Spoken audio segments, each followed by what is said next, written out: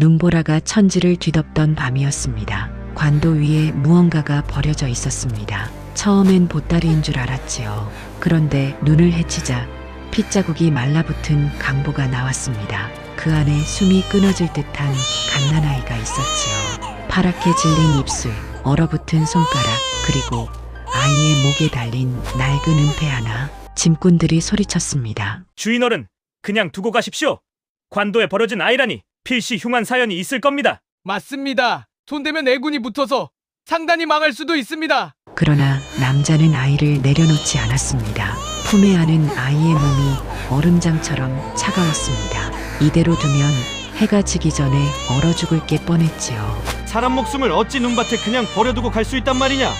남자는 자신의 저고리를 풀어 아이를 가슴에 품었습니다. 그런데 그날부터 이상한 일이 벌어지기 시작했습니다. 늘 다니던 길목에 갑자기 통행이 막혔고 단골 거래처는 슬그머니 등을 돌렸지요. 그러더니 어느 날 관아에서 포졸들이 들이닥쳤습니다. 장부를 조작해 세금을 속였다는 누명이었습니다. 상단은 하루아침에 무너졌고 사람들은 아이를 향해 돌을 던지며 외쳤습니다. 저 아이가 애군이라고 내쫓아야 고을이 편안해진다고 말이지요. 박문선은 결국 아이 앞에 섰습니다. 가거라.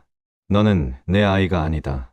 7년을 키운 아이를 맨몸으로 내보내야 했습니다. 미워서가 아니었습니다. 그것이 아이를 살리는 길이라 믿었으니까요. 그런데 이 모든 재앙이 정말 우연이었을까요? 아이는 왜 피 묻은 강보에 쌓여 버려져야 했을까요? 그리고 아이의 목에 달린 그 은폐에는 대체 어떤 비밀이 숨겨져 있는 것일까요? 시작 전 구독과 좋아요를 눌러주시면 엄청난 힘이 됩니다. 그럼 별별 야담 이야기 시작하겠습니다. 그의 겨울은 유독 매서웠습니다. 바람이 칼날처럼 살을 내고 눈발은 쉴 새 없이 천지를 뒤덮었지요. 한양으로 향하는 관도, 위로 상단의 짐수레가 느릿느릿 나아가고 있었습니다. 짐꾼들은 얼어붙은 손을 호호 불어가며 발을 옮겼고 소들은 무거운 짐을 진 채 하얀 입김을 내뿜었습니다. 상단을 이끄는 박문선은 수레 앞에서 길을 살피고 있었습니다. 30대 후반의 사내로 검은 바지에 갈색 저고리를 걸치고 망건 위로 상투를 단단히 틀어 올린 모습이었습니다. 크게 이름난 거상은 아니었으나 고을과 고을을 오가며 시내 하나로 장사를 꾸려온 사람이었지요. 약속한 물건은 반드시 되고 떼먹은 적 한 번 없다는 게 박문서의 미천이었습니다. 그때 선두에 서던 짐꾼 하나가 걸음을 멈추었습니다. 눈 쌓인 길섭에 무언가가 있었습니다. 처음엔 버려진 보따리인 줄 알았지요. 그러나 가까이 다가가자 희미한 울음소리가 들려왔습니다. 박문서가 달려가 눈을 헤치자 강보에 쌓인 갓난아기가 나왔습니다. 핏기 없는 입술이 파랗게 질려 있었고 강보에는 검붉은 피가 말라붙어 있었습니다. 이게 어찌된 일이냐? 박문서가 급히 아이를 품에 안았습니다. 옹기라곤 찾아볼 수 없는 작은 몸뚱이가 그의 가슴에 닿자 심장이 덜컥 내려앉았습니다. 아이는 울 힘조차 없는지 가느다란 숨만 몰아쉬고 있었지요. 강보를 풀어 몸을 살피는데 아이의 목에 걸린 물건 하나가 눈에 들어왔습니다. 낡은 은폐였습니다. 세월의 때가 묻어 빛이 바랬으나 분명 예사 물건은 아니었습니다. 짐꾼들이 하나둘 모여들었습니다. 아이를 본 이들의 표정이 묘하게 일그러졌지요. 누군가 낮게 중얼거렸습니다. 관도에 버려진 아이라니 필시 흉한 사연이 있을 거야. 또 다른 이가 고개를 절레절레 저으며 말했습니다. 주인 어른, 그냥 두고 가십시오. 괜히 주워다가 상단의 애군들입니다. 그러나 박문서는 아이를 내려놓지 않았습니다. 이대로 두면 해가 지기 전에 얼어 죽을 게 뻔했지요. 박문서는 저고리를 풀어 아이를 제 가슴에 품었습니다. 사람 목숨을 눈밭에 버려두고 가란 소리냐. 아기의 차가운 몸뚱이가 품의 온기를 빨아들이는 게 느껴졌습니다. 짐꾼들은 더 이상 말하지 못했으나 눈빛만은 탐탁지 않았습니다. 상단이 다시 움직이기 시작했고 박문서는 아이를 품에 안은 채 걸음을 재촉했습니다. 아이의 심장이 희미하게 뛰는 게 손바닥에 전해졌습니다. 며칠 뒤 상단이 고을에 도착했을 때 소문은 이미 장터에 퍼져 있었습니다. 박문서가 길에서 주운 아이를 데려왔다는 이야기가 입에서 입으로 돌았지요. 사람들은 수군거렸습니다. 피 묻은 강보에 쌓여 있었다더군. 부모가 죽었거나 일부러 버린 거겠지. 어느 쪽이든 좋을 게 없어. 한씨 부인은 아이를 받아 안으며 남편을 바라보았습니다. 옥색 저고리에 남색 치마를 입은 부인은 말수가 적고 단단한 성품의 여인이었습니다. 아이의 몸을 살피던 부인이 은폐를 발견하고 눈을 가늘게 떴습니다. 이 은폐는 어찌 된 것입니까? 아이 목에 걸려 있었소. 무슨 연유인지는 나도 모르겠소. 그때 마당에 들른 노인 하나가 은폐를 보더니 걸음을 멈추었습니다. 희끗희끗한 머리에 누런 바지와 회갈색 저고리를 걸친 늙은이였습니다. 노인은 한참을 은폐를 들여다보다가 낮고 무거운 목소리로 말했습니다. 이건 함부로 달 물건이 아니다. 박문서가 물었습니다. 어르신, 이게 무슨 물건인지 아십니까? 노인은 대답 대신 고개를 저으며 뒷걸음질 쳤습니다. 마치 무언가를 피하듯 서둘러 자리를 떴지요. 박문서와 한씨 부인은 서로 눈을 마주쳤으나 아무 말도 하지 못했습니다. 알 수 없는 꺼림칙한 기운이 집안에 내려앉았습니다. 그날 밤 아이는 겨우 숨을 붙였습니다. 한씨 부인은 급히 하인을 고을로 보내 젖동량을 해오게 했고 밤새 아이 곁을 지키며 온기를 나눠주었지요. 살아난 것만도 다행이었으나 집안의 분위기는 점점 무거워졌습니다. 하인들은 아이 곁에 오기를 꺼렸고 이웃들은 대놓고 손가락질을 했습니다. 주워온 아이 하나 때문에 장사길이 끊긴다니까. 벌써 흉흉한 소문이 도는데 괜히 그 상당과 거래했다가 재수 없어지면 어쩌려고. 소문은 장터를 돌아 다른 고을까지 퍼졌습니다. 이상한 일이었습니다. 그 뒤로 박문서의 상단에는 자꾸만 탈이 났지요. 늘 다니던 길목에 갑자기 통행이 막혔습니다. 관아에서 길을 고친다는 핑계였으나 다른 상단은 멀쩡히 지나가는 길이었습니다. 물건을 대기로 한 거래처에서 갑자기 약조를 파했고 단골 객주는 슬그머니 거래를 끊었습니다. 박문서는 이해할 수 없었습니다. 10년 넘게 신의로 쌓아온 것들이 한순간에 무너져 내리는 기분이었지요. 한씨 부인이 조용히 말했습니다. 혹시 그 아이 때문이 아닐까요? 박문서는 고개를 저었습니다. 갓난아기가 무슨 죄가 있겠소. 이건 사람이 꾸민 일이요. 그러나 무엇이 어떻게 돌아가는지 알 수 없었습니다. 다만 한 가지는 분명했습니다. 아이를 품에 안은 그날부터 보이지 않는 손이 상단의 목을 조여오고 있었다는 것을요. 박문서는 밤마다 아이의 잠든 얼굴을 바라보며 생각에 잠겼습니다. 대체 이 아이가 누구이기에 왜 피 묻은 강보에 쌓여 눈밭에 버려졌단 말입니까? 그 은폐만이 유일한 단서였으나 아무도 그 뜻을 알지 못했습니다. 다만 노인의 말이 박문서의 귓가에 맴돌 뿐이었지요. 함부로 달 물건이 아니라던 그 말이 마치 불길한 예언처럼 가슴 한구석에 박혀 있었습니다. 세월은 물처럼 흘러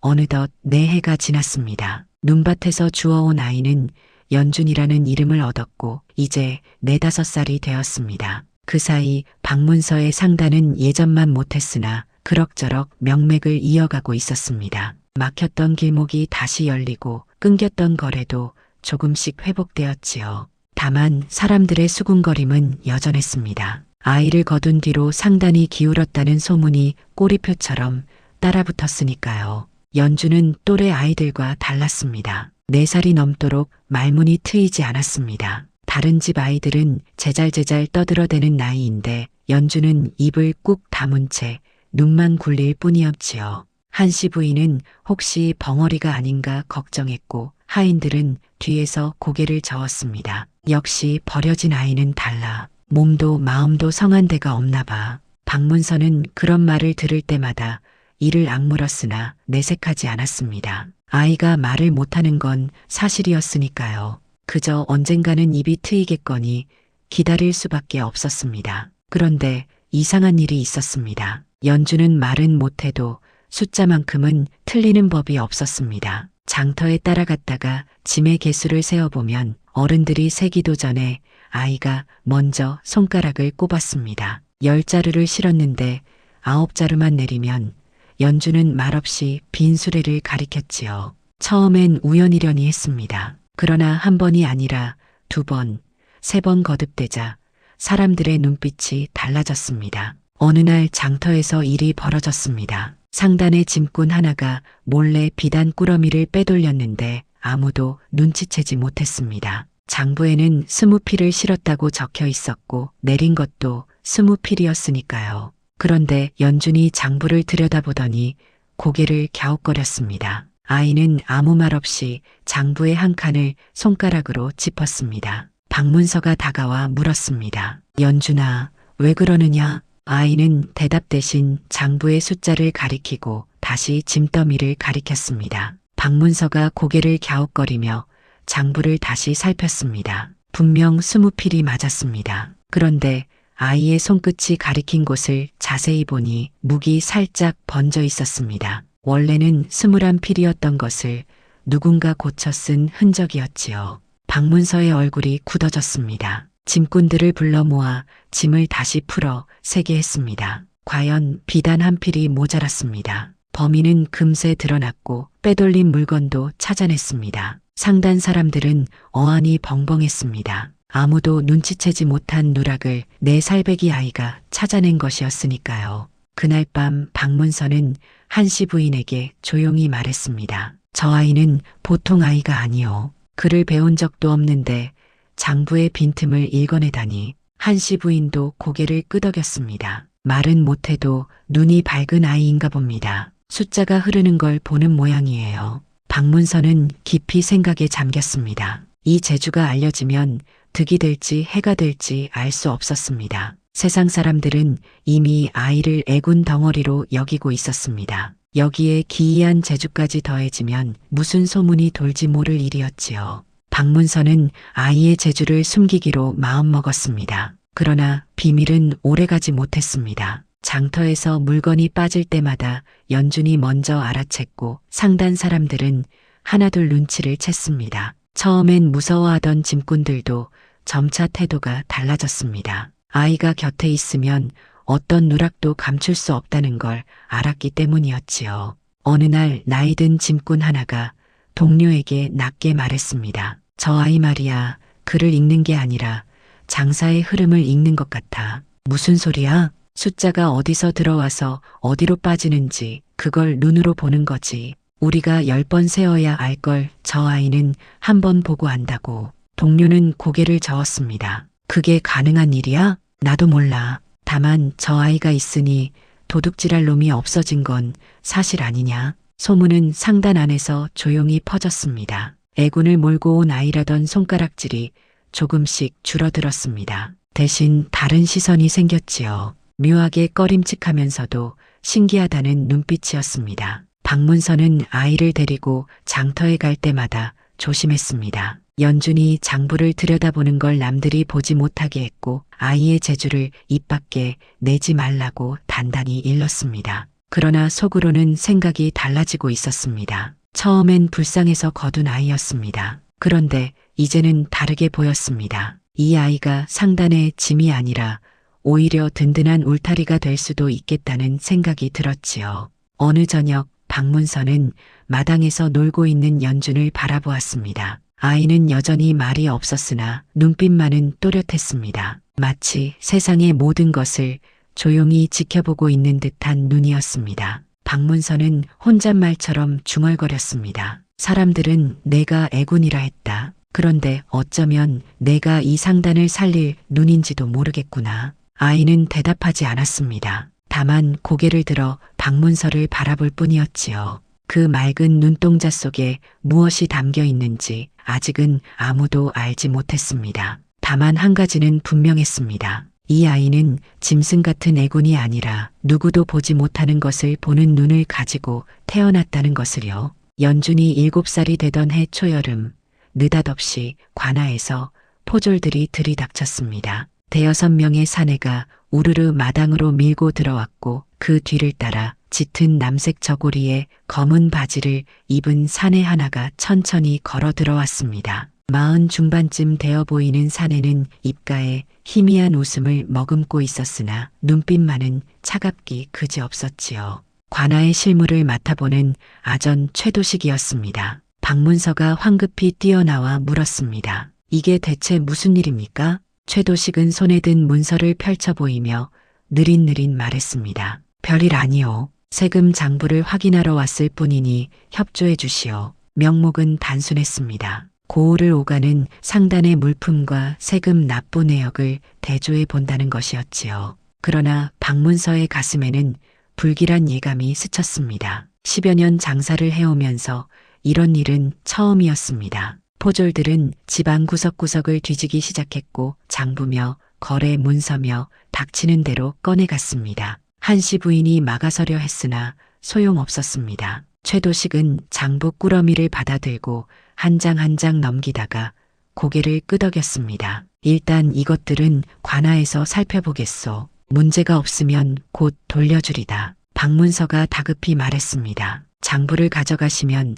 당장 장사를 할 수가 없습니다. 제발 여기서 확인해 주십시오. 최도식은 싸늘하게 웃었습니다. 그건 내가 정할 일이 아니오. 관아의 명인이 따르시오. 포졸들이 장부 뭉치를 들고 나가는 것을 박문서는 멍하니 바라볼 수밖에 없었습니다. 한씨 부인이 남편의 소매를 잡으며 낮게 물었습니다. 여보, 이게 대체 무슨 일입니까? 나도 모르겠소. 다만 심상치 않은 건 분명하오. 이틀 뒤 박문서는 관아로 끌려갔습니다. 장부를 고쳐 써서 물품 수량을 속이고 세금을 떼먹었다는 죄목이었습니다. 박문서는 억울함을 호소했으나 아무 소용이 없었습니다. 관아에서 내놓은 장부에는 분명히 고쳐 쓴 흔적이 있었고 그것이 박문서의 지시라는 증거라며 들이밀었습니다. 이건 내가 쓴 게 아닙니다. 누군가 조작한 것입니다. 박문서가 아무리 외쳐도 귀 기울이는 이는 없었습니다. 최도식이 옆에 서서 조용히 지켜보고 있었고 그의 눈가에는 희미한 미소가 걸려 있었지요. 문초가 이어졌고 박문서는 곤장을 맞았습니다. 매 한 대 한 대가 살을 찢고 뼈를 울렸습니다. 그래도 박문서는 끝까지 죄를 인정하지 않았습니다. 결국 상단은 해체 명령을 받았고 재산의 절반은 세금 명목으로 관아에 몰수되었습니다. 소문은 삽시간에 퍼졌습니다. 박문서 상단이 장부를 속여 관아를 기망했다는 이야기가 장터를 돌았고 사람들은 혀를 찼습니다. 그러나 더 잔인한 말이 따라붙었습니다. 그러게 내가 뭘 했어. 그 아이를 주워올 때부터 재수가 없었다니까. 맞아. 저 집안이 기울기 시작한 게 언제부터였나? 그 아이들인 뒤부터 아니었나? 애군 덩어리를 품고 있으니 그 꼴이 된 거지. 손가락질은 어느새 연준을 향했습니다. 사람들은 아이를 보면 대놓고 피했고 어떤 이들은 침을 뱉기까지 했습니다. 급기야 장터에서 돌멩이가 날아들었습니다. 연준의 이마에 피가 흘렀으나 아이는 울지 않았습니다. 그저 커다란 눈으로 사람들을 바라볼 뿐이었지요. 매를 맞고 돌아온 박문서는 등이 피투성이었습니다. 한씨 부인이 약을 바르며 눈물을 흘렸고 연준은 문 밖에서 그 모습을 지켜보았습니다. 아이는 알고 있었습니다. 모든 것이 자기 때문이라고 사람들이 말한다는 것을요. 며칠 뒤 또다시 돌멩이가 날아들었습니다. 이번에는 집 안까지 들어왔습니다. 담장 너머로 욕설이 쏟아졌고 누군가 소리쳤습니다. 저 재앙 덩어리를 내쫓아라. 그래야 고을이 편안해진다. 박문서는 마당에 서서 한참을 하늘을 바라보았습니다. 그리고 천천히 연준에게 다가갔습니다. 아이는 고개를 들어 아버지를 올려다보았습니다. 박문서의 눈가가 붉게 물들어 있었으나 목소리만은 단단했습니다. 연준아, 예 아버지. 그제야 아이의 입에서 말이 나왔습니다. 7회를 살면서 처음으로 또렷이 내뱉은 말이었지요. 박문서의 가슴이 찢어지는 듯 했으나 이를 악물고 말을 이었습니다. 가거라. 너는 내 아이가 아니다. 연준의 눈이 커졌습니다. 아이는 아무 말도 하지 못한 채 아버지를 바라보았습니다. 박문서는 고개를 돌렸습니다. 아이의 눈을 보면 마음이 흔들릴 것 같았기 때문이었지요. 여기 있으면 내가 죽는다. 어서 떠나거라. 한씨 부인이 달려와 남편의 팔을 잡았습니다. 여보, 이게 무슨 말씀입니까? 어쩔 수 없소. 이 아이가 여기 있으면 저놈들이 가만두지 않을 것이오. 아이를 살리려면 내보내야 하오. 박문서의 목소리가 떨렸습니다. 한씨 부인은 그 뜻을 알아차렸습니다. 남편이 아이를 미워해서가 아니었습니다. 살리려고 내치는 것이었지요. 부인은 품에서 작은 보따리를 꺼내 연준의 손에 쥐어주었습니다. 그 안에는 며칠 먹을 양식과 몇 푼의 노자가 들어 있었습니다. 이것으로 며칠은 버틸 수 있을 게다. 은폐는 내가 맡아두마. 눈에 띄는 물건이라 위험하다. 언젠가 다시 만날 날이 있을 테니 그때 돌려주마. 연주는 보따리를 받아들고 대문을 나섰습니다. 뒤돌아보지 않았습니다. 뒤돌아보면 발걸음을 뗄 수 없을 것 같았기 때문이었지요. 작은 등이 골목 끝으로 사라질 때까지 박문서와 한씨 부인은 그 자리에 서 있었습니다. 문득 박문서의 머릿속에 최도식의 얼굴이 떠올랐습니다. 장부를 가져가던 날 그 사내가 지었던 희미한 미소가 눈앞에 아른거렸습니다. 이 모든 것이 우연이 아니라는 걸 박문서는 알고 있었습니다. 그러나 지금은 아무것도 할 수 없었습니다. 상단은 무너졌고 몸은 성치 않았으며 아이마저 떠나보내야 했으니까요. 박문서는 주먹을 불끈 쥐었습니다. 언젠가 반드시 진실을 밝히리라는 다짐만이 가슴속에서 불씨처럼 타오르고 있었습니다. 연준이 떠난 뒤로 2해가 흘렀습니다. 박문서의 집안은 예전의 그림자조차 찾아보기 어려웠습니다. 한때 고을에서 손꼽히던 상단은 흔적도 없이 사라졌고 넓던 집도 반 이상을 팔아 작은 초가로 옮겨야 했지요. 하인들은 하나둘 떠났고 이제 남은 것이라곤 한씨 부인과 병든 박문서뿐이었습니다. 박문서는 그날의 곤장 이후로 몸이 성치 않았습니다. 등에 남은 상처가 골마 열이 오르내리기를 거듭했고 한때 당당하던 체구는 뼈만 앙상하게 남았습니다. 한씨 부인은 약을 다리고 죽을 쑤어 남편을 간호하면서도 속으로는 무너진 집안을 수습할 궁리를 놓지 않았습니다. 비록 재산은 잃었으나 언젠가 억울함을 풀 날이 올 것이라 믿었기 때문이었지요. 그해 가을 어느 날이었습니다. 한씨 부인은 오래된 괴짝을 정리하다가 1000조각에 쌓인 물건 하나를 꺼냈습니다. 연준의 목에 달려있던 은폐였습니다. 아이를 떠나보내던 날 맡아두었던 것이 벌써 이태나 지났구나 싶어 가슴이 저렸습니다. 부인은 은폐를 손에 들고 한참을 들여다보았습니다. 세월의 때가 묻어 빛이 바랬으나 무게만큼은 묵직했습니다. 문득 은폐의 뒷면에 눈길이 갔습니다. 처음 아이를 거둘 때는 미처 살피지 못했던 부분이었습니다. 자세히 보니 은폐의 가장자리에 가느다란 틈이 있었습니다. 마치 뚜껑처럼 열리게 되어 있는 듯 했지요. 한씨 부인은 비녀 끝으로 조심스레 틈을 벌렸습니다. 그러자 안쪽에서 얇게 접힌 종이 조각이 떨어져 나왔습니다. 납으로 봉해져 있던 것이 세월이 흐르며 느슨해진 모양이었습니다. 부인의 손이 떨렸습니다. 조심스레 종이를 펼치자 빼곡한 글씨가 나타났습니다. 그러나 문장이 아니었습니다. 짧은 숫자와 날짜만이 적혀 있었지요. 정축년 3월 12일, 기묘년 7월 23일, 신사년 9월 초사흘. 그 아래로 몇 줄의 숫자가 더 이어졌습니다. 대체 무슨 뜻인지 알 수 없었습니다. 한씨 부인은 며칠을 두고 그 숫자들을 들여다보았습니다. 어딘가 본 듯한 느낌이 들었으나 쉬이 떠오르지 않았지요. 그러던 어느 날 장터에서 들은 이야기가 불현듯 떠올랐습니다. 예전에 망한 상단들의 소문이었습니다. 정축년에 김주사 상단이 하루아침에 망했다더군. 기묘년에는 이 영감 상단이 장부 문제로 뒤집어졌고 신사년에도 비슷한 일이 있었다지. 한씨 부인은 서둘러 옛거래 문서들을 뒤졌습니다. 다행히 관아에서 가져가지 않은 것들이 몇 장 남아 있었습니다. 부인은 밤새 기록을 대조했습니다. 그리고 마침내 소름 끼치는 사실을 발견했습니다. 납지에 적힌 날짜들은 모두 과거의 망한 상단들의 마지막 거래일과 정확히 맞아떨어졌던 것입니다. 정축년 3월 12일은 김주사 상단이 관아에 장부를 압수당한 날이었습니다. 기묘년 7월 23일은 이 영감 상단이 세금 포탈 혐의로 해체된 날이었지요. 신사년 9월 초사흘은 또 다른 상단이 누명을 쓰고 무너진 날이었습니다. 모두 같은 방식이었습니다. 장부가 압수되고 조작된 증거가 나오고 상단이 해체되는 순서가 똑같았지요. 그리고 한 가지 더 눈에 띄는 것이 있었습니다. 납지의 한쪽 구석에 희미하게 적힌 이름 하나. 최도식. 방문서의 장부를 가져가고 누명을 씌운 바로 그 사내의 이름이었습니다. 한씨 부인의 손이 부들부들 떨렸습니다.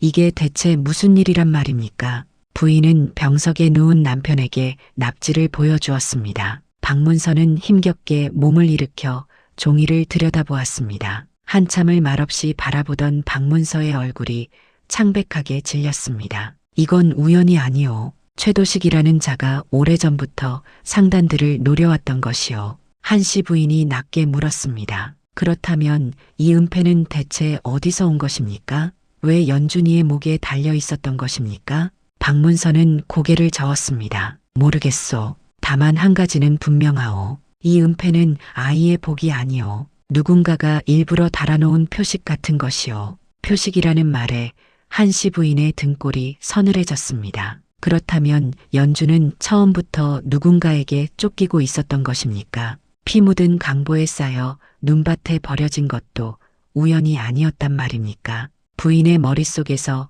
조각들이 하나둘 맞춰지기 시작했습니다. 연준의 부모는 누구였을까요? 왜 아이를 버려야 했을까요? 아니, 버린 것이 아니라 빼앗긴 것은 아닐까요? 그리고 왜 하필 최도식의 이름이 이 모든 사건에 얽혀 있는 것일까요? 의문은 꼬리에 꼬리를 물었으나 답을 찾기에는 아직 실마리가 부족했습니다. 한씨 부인은 납지를 다시 접어 은폐 안에 넣고 품속 깊이 감추었습니다. 이것이 언젠가 진실을 밝힐 열쇠가 되리라는 것을 부인은 알고 있었습니다. 그리고 마음속으로 다짐했습니다. 반드시 이 은폐의 비밀을 밝혀내고 남편의 억울함을 풀고 떠나보낸 아이를 다시 찾겠노라고요. 창밖으로 가을바람이 불어왔습니다. 낙엽이 우수수 떨어지는 소리가 쓸쓸하게 울렸습니다. 어딘가에서 9살이 된 연준도 이 바람을 맞고 있을 터였습니다. 한씨 부인은 먼 하늘을 바라보며 중얼거렸습니다.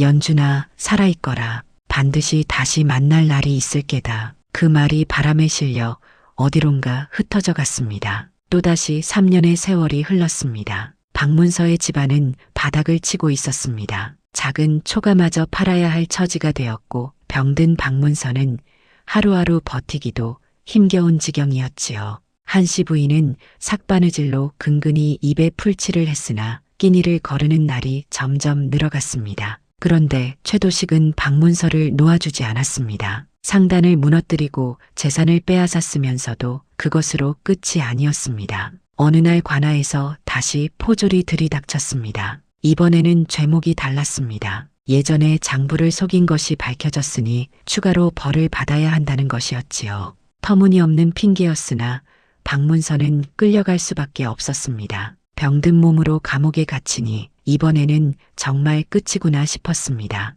감옥은 어둡고 축축했습니다. 쥐들이 바닥을 기어다녔고 곳곳에서 신음소리가 들려왔습니다. 박문서는 차가운 흙바닥에 누워 천장을 바라보았습니다. 몸은 망가졌으나 정신만은 또렷했지요. 대체 최도식이 왜 이토록 집요하게 자신을 노리는 것인지 그 이유를 알 수 없었습니다. 사흘째 되던 날 밤이었습니다. 옥문이 열리고 누군가 들어왔습니다. 횃불 아래로 드러난 얼굴은 최도식이었습니다. 짙은 남색 저고리에 검은 바지를 입은 그는 여전히 차가운 미소를 머금고 있었지요. 최도식은 박문서 앞에 걸터 앉으며 느릿느릿 입을 열었습니다. 오래간만이요. 박 주사. 박문서는 대꾸하지 않았습니다. 최도식은 개의치 않고 말을 이었습니다. 형틀에 올린다는 이야기가 돌고 있어. 이번에는 곤장으로 끝나지 않을 것이오. 형틀이라는 말에 박문서의 눈이 흔들렸습니다.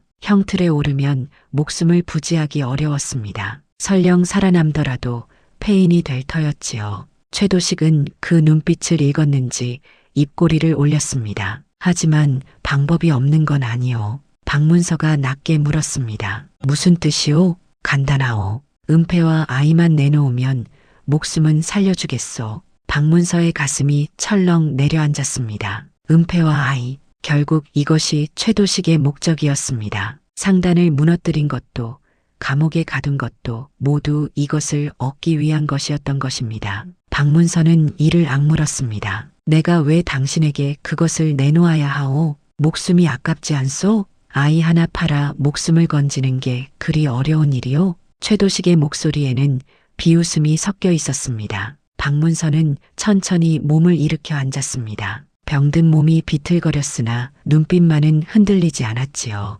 아이는 이미 내 손을 떠났소. 어디로 갔는지 나도 모르오. 거짓말이요. 당신 부인이 알고 있을 것이요. 모른다면 모르는 것이요. 그리고 설령 안다 해도 당신에게 내놓을 생각은 없소. 최도식의 눈이 가늘어졌습니다. 후회할 것이요. 후회는 이미 많이 했소. 하나 더 늘어난들 어떻겠소. 최도식은 자리에서 일어났습니다. 돌아서며 차갑게 내뱉었습니다. 좋소. 그렇다면 형틀에서 만납시다. 옥문이 닫히고 발걸음 소리가 멀어졌습니다. 박문선은 어둠 속에 홀로 남았습니다. 몸이 떨렸으나 두려움 때문은 아니었습니다. 분노와 결심이 뒤섞인 떨림이었지요. 박문선은 스스로에게 다짐했습니다. 아이를 팔아 목숨을 건지는 짓은 하지 않으리라고. 차라리 형틀에 올라 죽더라도 연준만은 지키리라고요. 며칠 뒤 박문선은 관아 앞에서 죄를 자백했습니다. 장부를 속인 것이 사실이며 모든 것이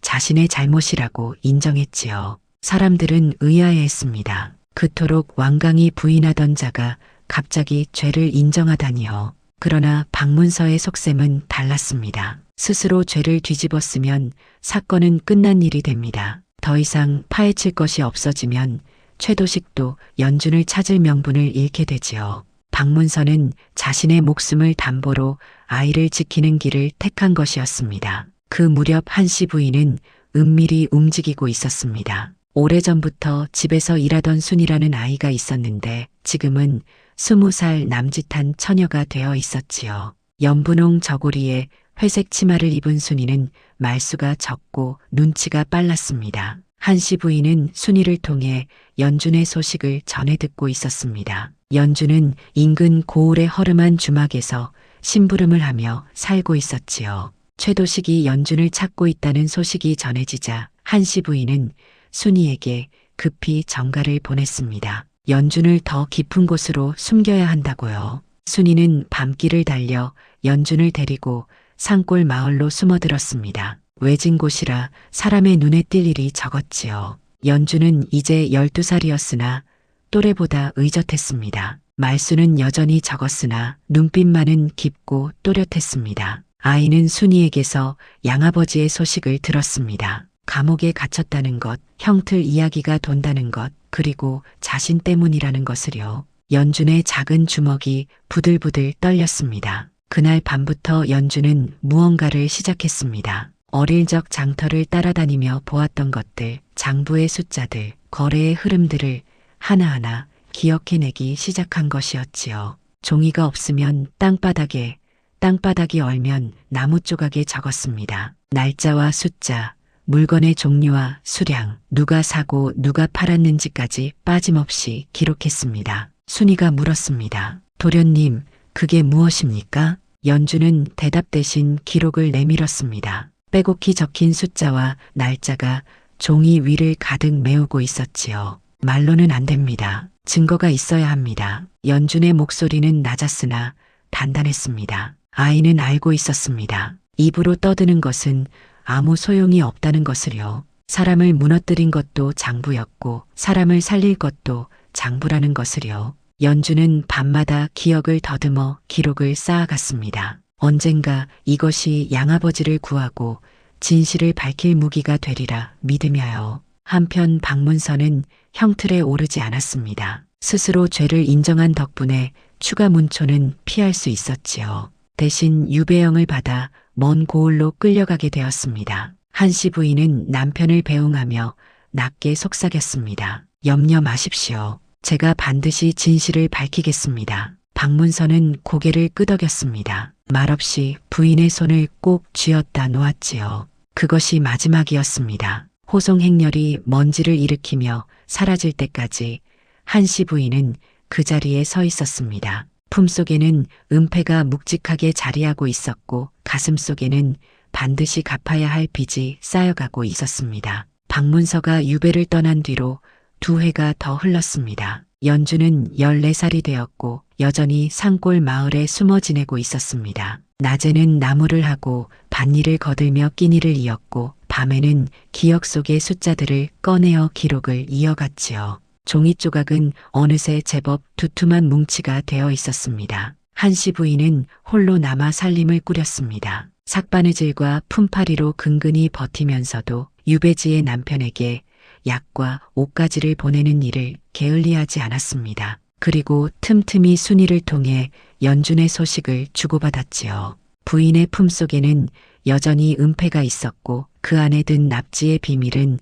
아직 세상에 드러나지 않은 채였습니다. 어느 늦가을이었습니다. 순이가 급히 한씨 부인을 찾아왔습니다. 댕기머리를 질끈 동여맨 순이의 얼굴에는 긴장과 기대가 뒤섞여 있었지요. 마님, 사람을 한 분 데려왔습니다. 사람이라니 누구냐? 직접 보시는 게 좋겠습니다. 순이를 따라 나가자 담장 밖에 초라한 행색의 사내가 서 있었습니다. 쉬는 넘어 보이는 나이에 등이 굽었고 얼굴에는 세월의 주름이 깊게 패여 있었습니다. 낡은 갓 아래로 흰 머리카락이 삐져나왔고 한때 반듯했을 법한 이목구비는 풍파에 시달린 흔적이 역력했지요. 한씨 부인이 조심스레 물었습니다. 실례지만 어떤 분이신지요? 사내가 허리를 굽혀 예를 갖추며 대답했습니다. 소인은 성이 조씨요. 예전에 관아에서 서리로 일했던 사람입니다. 10여 년 전에 쫓겨나 이리저리 떠돌다 이제야 이곳까지 오게 되었습니다. 설이라면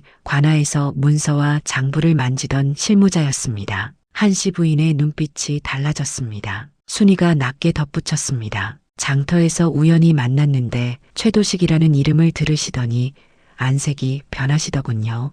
혹시 아시는 게 있지 않을까 싶어 모셔왔습니다. 한씨 부인은 사내를 안으로 들였습니다. 좁은 방에 마주 앉자 부인은 품에서 은폐를 꺼내 내밀었습니다. 사내의 눈이 은폐에 닿는 순간 숨을 삼키며 몸이 굳어졌습니다. 마치 귀신이라도 본 듯한 표정이었지요. 이걸 어디서 얻으셨습니까? 7년 전 눈밭에서 주운 아이의 목에 걸려 있었습니다. 혹시 이게 무엇인지 아십니까? 사내는 한참을 말없이 은폐를 들여다보았습니다. 손가락이 가늘게 떨리고 있었지요. 이윽고 사내가 무거운 입을 열었습니다. 이 표식이 붙은 상단은 하나도 남지 않고 다 망했습니다. 한씨 부인의 가슴이 철렁 내려앉았습니다. 사내가 말을 이었습니다. 제가 관아에서 일할 때 이런 표식이 달린 문서를 여러 번 보았습니다. 처음엔 무슨 뜻인지 몰랐지요. 그런데 신기하게도 이 표식이 붙은 상단은 어김없이 장부 문제로 무너졌습니다. 세금을 속였다느니 물품을 빼돌렸다느니 하는 죄목이 붙었지요. 하지만 소인이 장부를 직접 만져보니 조작된 흔적이 있었습니다. 그렇다면 누가 그런 짓을 한 것입니까? 사내가 고개를 숙이며 대답했습니다. 최도식입니다. 그자가 상단을 노려 장부를 압수하고 증거를 조작해 누명을 씌운 뒤 재산을 빼앗았습니다. 소인은 그 사실을 알고 입을 열려다 도리어 쫓겨났지요. 아는 게 죄가 되어 10여 년을 떠돌았습니다. 한씨 부인의 손이 떨렸습니다. 예전에 납지에서 발견했던 날짜와 숫자들이 머릿속을 스쳤습니다. 모든 것이 맞아떨어지고 있었습니다. 그런데 이 은폐가 왜 아이의 목에 걸려 있었던 것입니까? 사내가 잠시 망설이다가 입을 열었습니다. 14년 전 강씨 성을 가진 상단이 있었습니다. 규모는 크지 않았으나 신의가 두터워 장사가 잘 되던 집이었지요. 그런데 어느 날 갑자기 장부 문제로 관아에 끌려갔습니다. 주인 내외는 문쪽 끝에 옥사했고 재산은 몰수되었습니다. 그 집에 갓 돌이 지난 아이가 하나 있었는데 아이의 행방은 알 수 없다고 들었습니다. 한씨 부인의 얼굴이 창백해졌습니다. 그 아이가 설마 소인도 확신할 수는 없습니다. 다만 그 집에서 쓰던 표식이 바로 이 은폐와 같은 것이었습니다. 최도식이 상단을 무너뜨린 뒤 증거를 없애려고 아이까지 처리하려 했을 수도 있습니다. 누군가 아이를 빼돌려 살렸는지 아니면 버려서 죽이려 했는지는 알 길이 없습니다. 방 안에 무거운 침묵이 내려앉았습니다. 한씨 부인은 은폐를 꼭 쥐었습니다. 연준의 부모가 누구인지, 왜 아이가 피 묻은 강보에 쌓여 눈밭에 버려졌는지 마침내 실마리가 풀리기 시작한 것이었습니다. 순이가 조심스레 물었습니다. 마님, 이 이야기를 도련님께 전해야 하지 않겠습니까? 한씨 부인은 고개를 끄덕였습니다. 그래야겠구나. 연준이가 알아야 할 일이다. 며칠 뒤 순이는 산골 마을로 향했습니다. 연준은 여전히 나무를 하고 기록을 쌓으며 하루하루를 보내고 있었지요. 순이가 전해준 이야기를 듣는 동안 연준의 얼굴에는 아무런 표정이 없었습니다. 다만 손에 쥔 붓대만 가늘게 떨리고 있었지요. 이야기가 끝나자 연준이 낮게 물었습니다. 그렇다면 제 부모님을 죽인 자도 최도식이란 말입니까? 그런 것 같습니다. 조설이께서 그리 말씀하셨습니다. 연준은 한참을 말없이 앉아 있었습니다. 눈앞에 기록 뭉치가 놓여 있었습니다. 7년 동안 쌓아온 숫자와 날짜와 거래의 흐름이 빼곡히 적혀 있었지요. 연준은 그것을 내려다보며 중얼거렸습니다. 이제 알겠습니다. 왜 제가 이것을 해야 하는지. 순이가 걱정스레 물었습니다. 도련님, 어찌하실 작정입니까? 연준은 고개를 들었습니다. 14살 소년의 눈빛이 아니었습니다. 깊고 단단하게 가라앉은 무언가를 결심한 사람의 눈빛이었지요. 기다리겠습니다. 때가 올 때까지 증거를 모으고 힘을 기르겠습니다. 말로 떠드는 것은 아무 소용이 없습니다. 기록으로 증명해야 합니다. 그날 밤 연준은 기록 뭉치 맨 앞장에 한 줄을 적었습니다. 강씨 상단, 그리고 그 아래 최도식이라는 이름을요. 이제 모든 것의 시작과 끝이 하나로 이어졌습니다. 연준은 알았습니다. 자신이 살아남은 이유가 무엇인지, 그리고 무엇을 해야 하는지를요. 네 해가 더 흘러 연준은 18살 청년이 되었습니다. 산골에 숨어 지내던 소녀는 어느새 키가 훌쩍 자랐고 여인 얼굴에는 날이 서 있었습니다. 옅은 청색 저고리에 검은 바지를 입은 모습이 단정했으나 눈빛만은 여전히 깊고 고요했지요. 말수가 적은 것도 여전했습니다. 그러나 그 침묵 속에는 10여 년간 쌓아온 기록과 기억이 빼곡히 들어차 있었습니다. 연준은 과거 시험에 나아가기로 마음먹었습니다. 출세를 위해서가 아니었습니다. 문장으로 세상을 뒤집겠다는 야망도 아니었지요.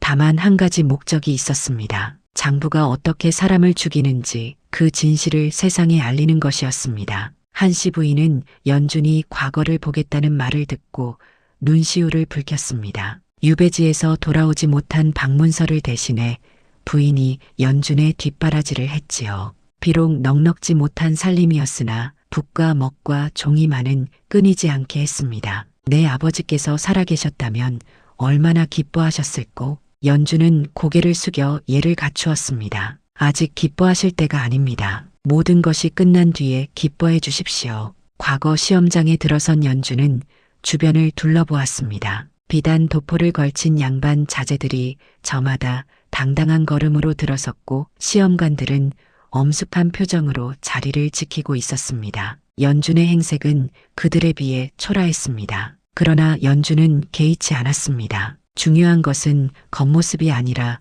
붓끝에서 나오는 글이었으니까요. 시제가 내려졌습니다. 나라를 다스리는 데 있어 무엇이 가장 중요한가를 논하라는 것이었지요. 다른 선비들은 경전의 구절을 인용하고 성현의 말씀을 풀었었습니다. 그러나 연준은 다르게 썼습니다. 나라를 다스림에 있어 가장 중요한 것은 기록이라 생각합니다. 기록이 바르면 백성이 편안하고 기록이 거짓이면 백성이 고통받습니다. 신은 어린 시절 장터를 따라다니며 장부가 어떻게 사람을 살리고 죽이는지를 보았습니다. 숫자 하나가 바뀌면 상단이 무너지고 날짜 하나가 조작되면 죄 없는 사람이 옥에 갇힙니다. 위정자가 백성을 다스리고자 한다면 먼저 기록을 바르게 해야 합니다. 기록이 바르면 간악한 자가 숨을 곳이 없고 기록이 거짓이면 충직한 자가 설 곳이 없습니다. 연준의 글은 경전의 문구를 나열한 것이 아니었습니다. 직접 보고 겪은 것을 담담하게 적은 글이었지요.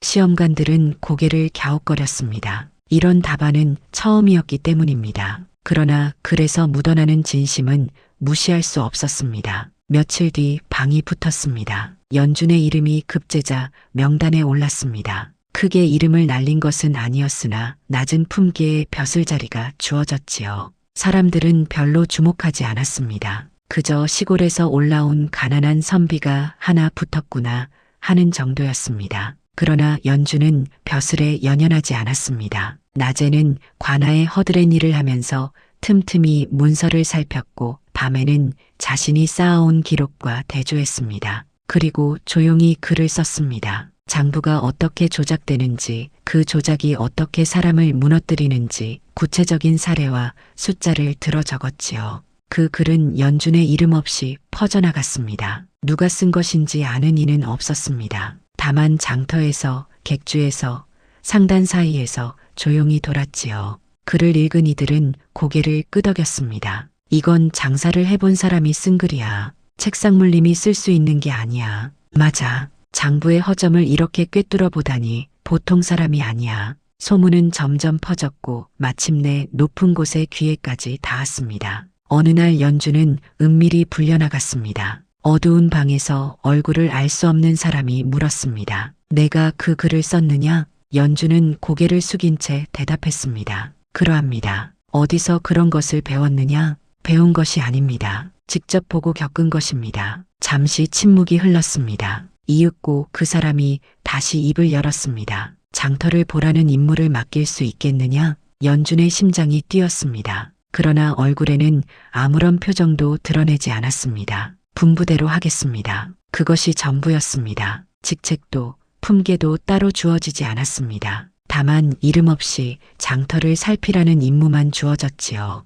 암행어사의 마패를 받은 것도 아니었습니다. 그저 눈과 귀가 되어 현장을 보고 오라는 것이었습니다. 연준은 떠났습니다. 화려한 행차도 없이, 수행원 하나 없이 홀로 길을 나섰습니다. 행색은 여전히 초라했고 누가 보아도 떠돌이 선비쯤으로 여길 모습이었지요. 그러나 연준은 알고 있었습니다. 이것이 바로 자신이 기다려온 기회라는 것을요. 연준에게는 다른 선비들에게 없는 것이 있었습니다. 책상에 앉아 경전만 읽은 사람이 아니었습니다. 어린 시절 장터를 따라다니며 짐의 수량을 세었고 장부의 빈틈을 찾아냈으며 숫자가 어디서 들어와 어디로 빠지는지를 눈으로 보아왔습니다. 상단이 어떻게 돌아가는지, 거래가 어떻게 이루어지는지 그 흐름을 몸으로 익힌 사람이었지요.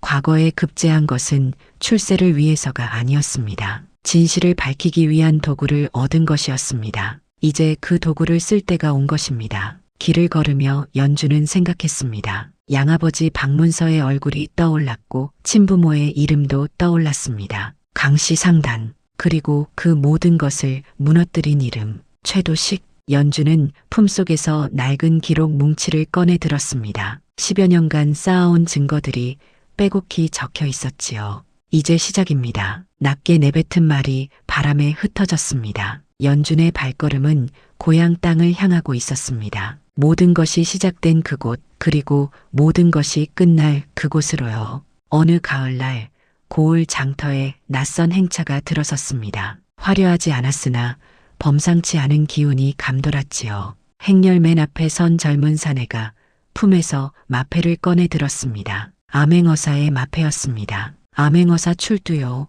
장터가 술렁였습니다. 사람들이 우르르 몰려들었고 관아에서는 아전들이 허겁지겁 뛰어나왔습니다. 그 와중에 최도식의 얼굴이 하얗게 질렸습니다. 암행어사의 얼굴을 확인한 순간 온몸에서 힘이 빠져나가는 것 같았지요. 옅은 청색 저고리에 검은 바지를 입은 그 청년의 눈빛을 최도식은 알아보았습니다. 10여 년 전 눈밭에서 죽었어야 할 그 아이의 눈빛이었습니다. 연준은 관아 마당에 자리를 잡고 문서를 펼쳤습니다. 10여 년간 모아온 기록 뭉치였습니다. 날짜와 숫자, 거래 내역과 상단 이름이 빼곡히 적혀 있었지요. 그리고 그 옆에 관아에서 압수해온 장부들이 놓였습니다. 세금 장계, 통행 문서, 물품 거래 기록까지 모든 것이 한자리에 모였습니다. 연준은 차분하게 입을 열었습니다. 정축년 3월 12일 김주사 상단이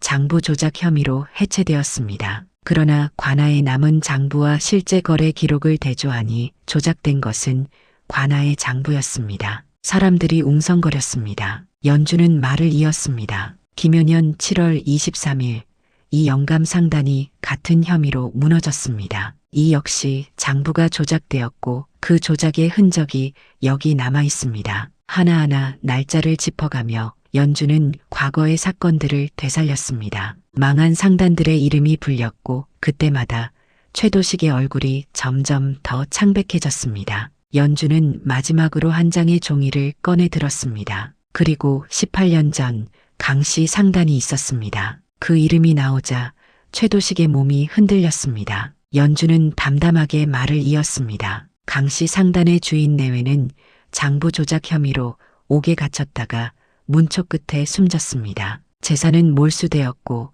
갓 돌이 지난 아이 하나가 남았습니다. 그 아이는 눈밭에 버려졌습니다. 죽이기 위해서였습니다. 장터가 조용해졌습니다. 숨소리조차 들리지 않았지요. 연주는 품에서 은패를 꺼내 들었습니다. 세월의 바랜 빛이었으나 여전히 묵직했습니다. 이 은패는 강씨 상단의 표식이었습니다. 최도식은 상단을 무너뜨린 뒤 증거를 없애려 했습니다. 그러나 아이가 살아있으면 언젠가 진실이 드러날 수 있었습니다. 그래서 아이를 죽이려 했습니다. 은패를 달아둔 것은 혹시 아이가 살아남더라도 찾아내 처리하기 위한 표식이었습니다. 최도식이 비틀거리며 소리쳤습니다. 거짓이다. 아무 증거도 없지 않느냐. 연주는 조용히 고개를 저었습니다. 증거는 여기 있습니다. 당신이 지운 기록들, 당신이 조작한 장부들, 그리고 당신이 미처 없애지 못한 흔적들. 이 모든 것이 한 줄로 이어집니다. 연주는 기록 뭉치를 펼쳐 보였습니다. 날짜와 숫자가 촘촘히 연결되어 있었고 그 끝에는 모두 최도식의 이름이 닿아 있었습니다. 조서리의 증언도 있었고 순이가 모아온 장터 사람들의 진술도 있었습니다. 당신은 장부로 사람을 죽였습니다. 그러니 장부로 심판받는 것이 마땅합니다. 최도식은 그 자리에서 무릎이 꺾였습니다. 더 이상 빠져나갈 구멍이 없었습니다. 자신이 조작하고 숨기고 지워버린 기록들이 되살아나 자신의 목을 조르고 있었으니까요. 포졸들이 다가와 최도식을 끌어갔습니다. 10여 년간 권세를 누리던 사내의 최후는 허무했습니다. 그날 이후 많은 것이 달라졌습니다. 누명을 쓰고 무너졌던 상단들이 복권되었습니다. 빼앗겼던 재산이 돌아왔고 죽은 이들의 명예가 회복되었지요. 유배지에서 근근히 버티던 박문서도 누명을 벗고 풀려났습니다. 오랜 세월 만에 박문서와 연준이 다시 만났습니다. 어느덧 중년이 되어버린 박문서는 젊은 암행어사를 바라보며